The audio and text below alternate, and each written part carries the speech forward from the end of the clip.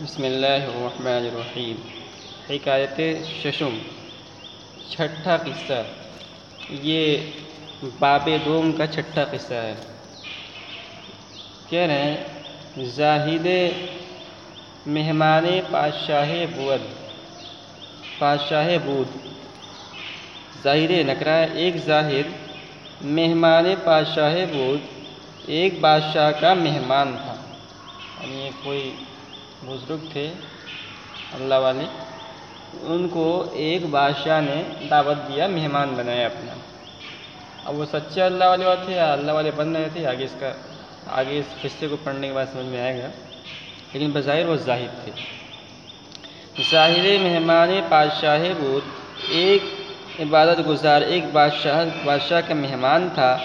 چو بطعام بنشستن، جب کھانے کے لیے بیٹھے، کمتر ازا خورت کہ ارادت او بود، تو اس سے کم کھایا جتنی کہ اس کی خواہش تھی۔ وچو بنماز برخاستن، اور جب نماز کے لیے اٹھے، بیشتر ازا گزارت کہ عادت او بود، تو اس سے زیادہ لمبی نماز پڑھی جتنے کی ان کی عادت تھی۔ تا ظن صلاح در حق کے وہ زیادت کنن، تاکہ نیکی کا گمان اس کے بارے میں زیادہ کریں۔ یعنی کھانا کھانے کے لیے جب بیٹھا بادشاہ کے دسترخوان پہ، تو کھانا زیادہ وہ کھاتے تھے، لیکن بتکلف وہ بادشاہ کی دسترخوان پہ کم کھانا کھایا، تاکہ بادشاہ زیادہ کھانے کی وجہ سے بدگمان نہ ہو، اور کم کھانے کی وجہ سے سمجھے کہ یہ حقیقتاً زاہد آدمی ہے، حقیقتاً عبادت گزار آدمی ہے، کھانا کم کھاتے ہیں۔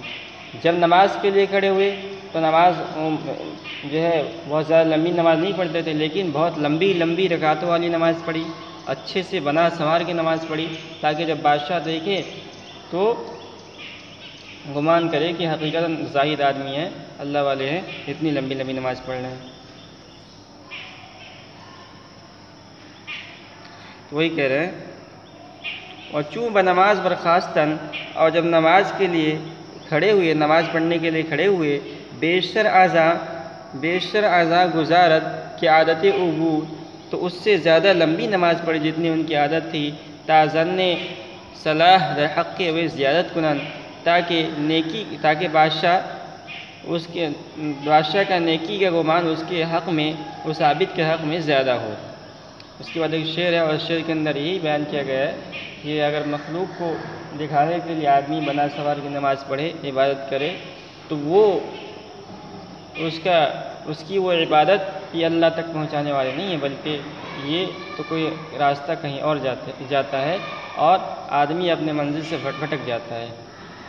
ترسم نہ رسی بکعبہ اے عرابی، میں ڈرتا ہوں اے گاؤدی عرابی، اے بیوقوف عرابی بدوی، کی رہ کی تو می روی بترکستان است۔ ترسم نہ رسی بکعبہ اے عرابی، میں ڈرتا ہوں کہ اے عرابی تو کعبے تک نہ پہنچ پائے گا۔ کی رہ کے تو می روی بترکستان است، کیونکہ یہ راستہ جس پر تو چل رہا ہے ترکستان جاتا ہے۔ تو مثال کے طور پر کہ ایک آدمی کو اگر کعبہ پہنچنا ہے، کعبہ جانا ہے، تو وہ کعبہ کے راستے پہ جائے گا، مکہ کے راستے پہ جائے گا، تو وہ کعبہ تک پہنچ جائے گا۔ اور اگر کوئی جو ہے اس کے خلاف، مثال کے طور پر مغرب کی طرف مکے کا راستہ ہے، اور مشرق کی طرف جو ہے ترکستان کا راستہ ہے مثال کے طور پر، تو اگر جو ہے مشرق کی طرف جا رہا ہے تو ظاہر سی بات ہے کہ وہ کعبہ تک نہیں پہنچ پائے گا۔ تو شیخ سعدی نے جو شعر پیش کیا ہے، اس میں یہی بیان کرنا کہ اگر مخلوق کو دکھانے کے لیے آدمی عبادت کرے تو وہ اللہ تک نہیں پہنچ پائے گا۔ چوں بمقام خود آمد، جب اپنے ٹھکانے پر آیا، سفرہ خاص دسترخوان مانگا۔ وہ عابد زاہد آدمی جب اپنے گھر آئے تو بیٹے سے کہا بیٹا دسترخوان بھی چاہو اور کھانا مانگا، اس لیے کہ جو ہے ان کی بھوک تو مٹی نہیں تھی، وہ تو دکھانے کے لیے کم کھانا کھایا تھا انہوں نے۔ چوں بمقام خود آمد، جب اپنے ٹھکانے پر آئے، سفرہ خاص دسترخوان مانگا، تا تناول کند، تاکہ کھانا کھائے۔ پسرے داشت، اس کا ایک لڑکا تھا صاحب فراست جو عقل مند تھا، گفت تو اس لڑکے نے اپنے باپ سے کہا اے پدر اے باپ چرا در مجلس سلطہ دعام نہ خوردی کہ آپ نے بادشاہ کی محفل میں مجلس میں کھانا کیوں نہیں کھایا؟ گفت تو باپ نے جواب دیا در نظر ایشاں چیزیں نہ خوردم، میں نے کوئی چیز اس وجہ سے نہیں کھائی کہ بکار آیا تاکہ دنیا میں کام آئے۔ دنیا میں کام آئے کیا مطلب یہ ہے کہ میں نے کم کھایا تاکہ بادشاہ مجھے سچا عابد سمجھے اور مجھے کچھ انعام سے نواز دیں، یہ اس مقصد سے میں نے کھانا کم کھایا، اور یہاں گھر آ کر اسی وجہ سے کھانا کھا رہا ہوں تاکہ پیٹ بھر جائے۔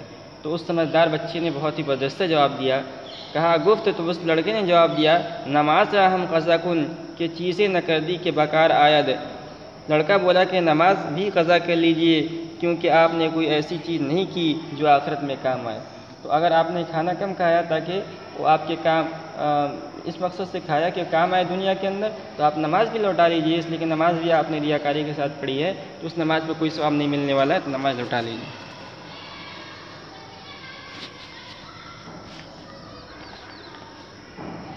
اے ہنرہا نہادہ برکف دست، اے وہ شخص کہ تو ہنروں کو ہاتھ پر رکھے ہوئے ہے، عیب ہا بر گرفتہ زیر بغل، اور اپنے عیبوں کو بغل کے نیچے چھپائے ہوئے ہے، تاچہ خواہی خریدن اے مغرور، آخر اے مغرور تو کیا خریدنا چاہتا ہے؟ روز درماندگی بسیم دغل، سیم کے معنی چاندی کے، اور دغل یعنی سیم دغل یہ مرکب توصیفی ہے، کھوٹے چاندی کو کہتے ہیں، جو چاندی کے اندر کھوٹ ملا ہوا اصلی نہ اس کو کہتے ہیں۔ تو کہنا روزے درماندگی بسیم دغل، عاجزی کے دن کھوٹے چالی سے۔ تو اس شعر کا مقصد یہ ہے کہ حکایت کا بیان کرنے کا مقصد یہ ہے کہ جو درویش ہوتے ہیں، اللہ والے ہوتے ہیں، زاہد ہوتے ہیں، ان کو چاہیے کہ ریاکاری سے پرہیز کریں، اس لیے کہ آخرت میں ریاکاری سے کیے ہوئے اعمال کام نہ آئیں گے اور بڑی رسوائی اٹھانی پڑے گی۔